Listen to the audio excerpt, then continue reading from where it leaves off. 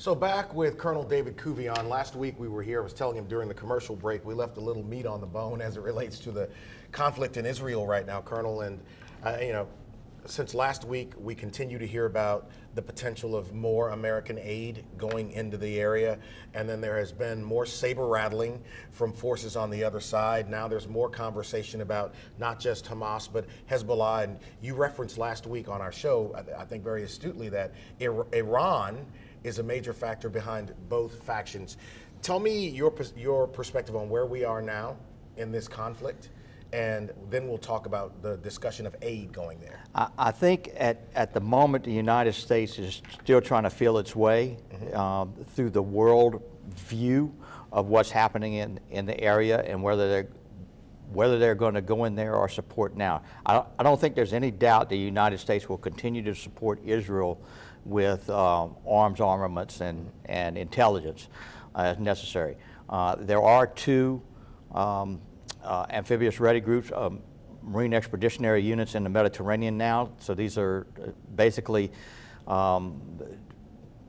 two full battalions or reinforced battalions of Marines, with including aircraft in the area, so that they can put boots on the ground right away.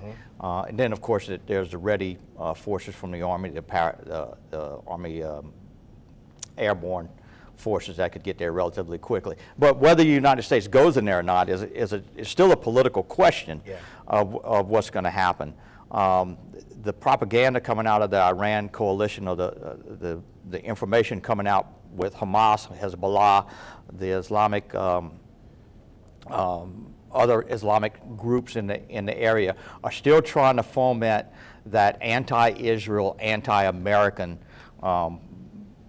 worldview, and to continue to do that, as well as those organizations are trying to push the Israelis themselves into a war weariness that we don't want to fool with this anymore, we're just going to shut it down. Well, speaking of war weariness, I mean, the same can be said about the American public right now. The last 23 years has seen us deal with conflicts in multiple places, and even when we have not been dealing with conflicts in multiple places, we have been helping to fund one side or the other. I don't know how much of an appetite the country has for either boots on the ground or even more billions going into multiple places. I think the people in the United States still want to support the idea of individual freedom and democracy, if you will, or at least a representative government that supports individual freedom and individual freedom such that we enjoy, press, religion, freedom of speech, that type of thing. But whether we want to get into a shooting war and put our children at risk is the question. So that again segues into this next thing. We talked a little bit last week about the potential for boots on the ground. And I know the president has been asked about this several times over the last couple of weeks with no commitment to it, but I haven't seen any hard no that we are absolutely not going to do that. Based on your experience, do you believe that us doing that is a possibility? And if so, are we really ready to pay that cost?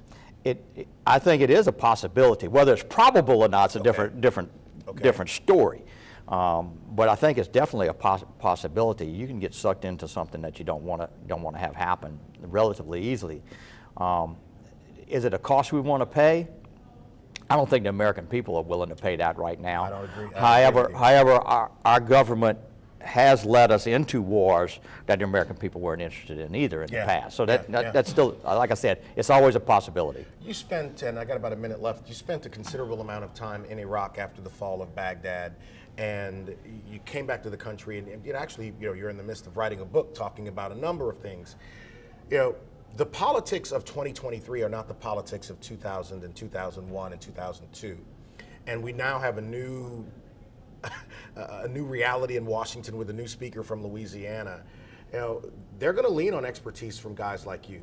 If you were advising leadership on what should happen next, what would you say? Well, I would say yes, support Israel in their fight to remain an Israeli country, a country for the Jews at that point.